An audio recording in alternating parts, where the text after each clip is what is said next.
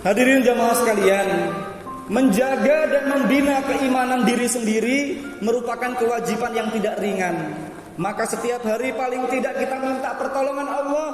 Paling sedikit 17 kali dalam sehari kita selalu membaca ihdinas siratal mustaqim. Ya Allah, tunjukilah kami ke jalan yang benar. Sebab tanpa bimbingan Allah tidak seorang pun dapat melakukan kebaikan. Setelah kita meningkatkan kualitas keimanan kita sendiri, ada tugas lain yang juga tidak ringan, yaitu meningkatkan keimanan anggota keluarga kita. Lebih berat lagi tugas itu ketika kita dan keluarga kita berada di zaman modern saat ini.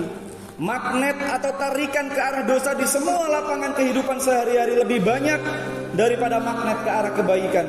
Menjaga keimanan keluarga kita, lebih khusus anak-anak kita, dalam keadaan seperti ini bagaikan memegang telur di batu besar yang licin. Lengah sedikit, telur menggelinding dan pecahlah telur itu. Adakah kekayaan yang lebih mahal daripada anak kita, jamaah sekalian?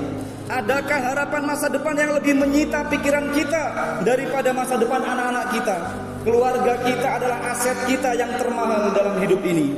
Hadirin yang berbahagia, anak tidak hanya kekayaan yang paling kita banggakan, tapi anak-anak kita juga amanah, titipan Allah yang harus kita pertanggungjawabkan di hadapan Allah.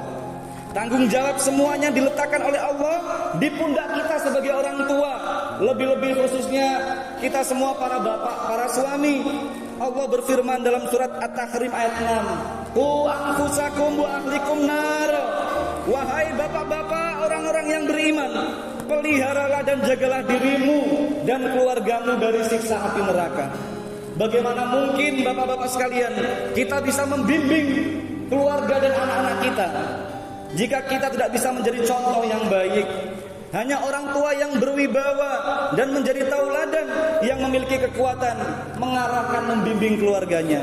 Kita patut bersyukur jamaah sekalian dan berbangga bahwa kita telah memiliki masjid yang megah ini. Tempat ibadah dan tempat mengaji disediakan. Ini meringankan tugas kita orang tua dalam pembinaan keagamaan anak-anak kita. Dengan demikian kita peduli kepada masjid ini, berarti kita peduli kepada anak dan keluarga kita sendiri. Berarti kita semua peduli atas kelangsungan generasi anak cucu kita. Kita orang tua bisa mati suatu saat dan itu sudah pasti.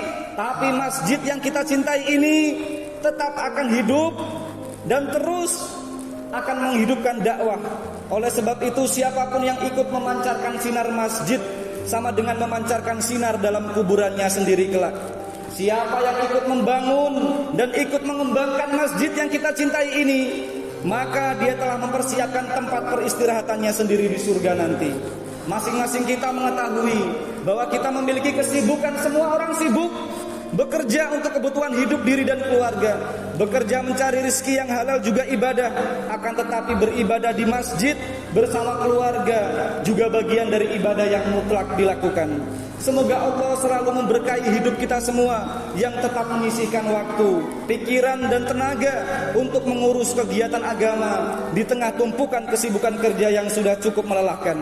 Semua malaikat mendoakan mereka yang mengabdikan diri untuk membangun masa depan generasi muslim anak cucu kita.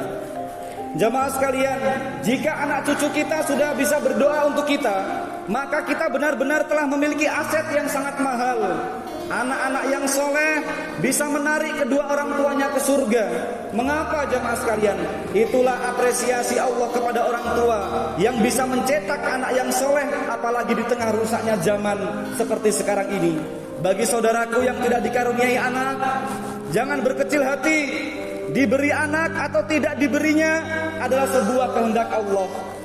Anak-anak yang fakir, yang yatim piatu, yang Anda usap kepalanya dengan sentuhan lembut Anda, juga Anda sekolahkan sampai menjadi orang yang berpendidikan, bahkan Anda antarkan sampai ke jenjang rumah tangga, adalah amal jariah yang menjadi kendaraan kilat Anda menuju surga. Banyak jalan menuju surga. Ketika Anda bersorak memasuki surga bersama fakir miskin itu, Anda akan disambut anak-anak yang lucu yang menghibur Anda. Anda akan segera dituntun malaikat membaca pujian Alhamdulillahilladzi shadaqana wa'dah. Segala puji bagi Allah, Allah yang telah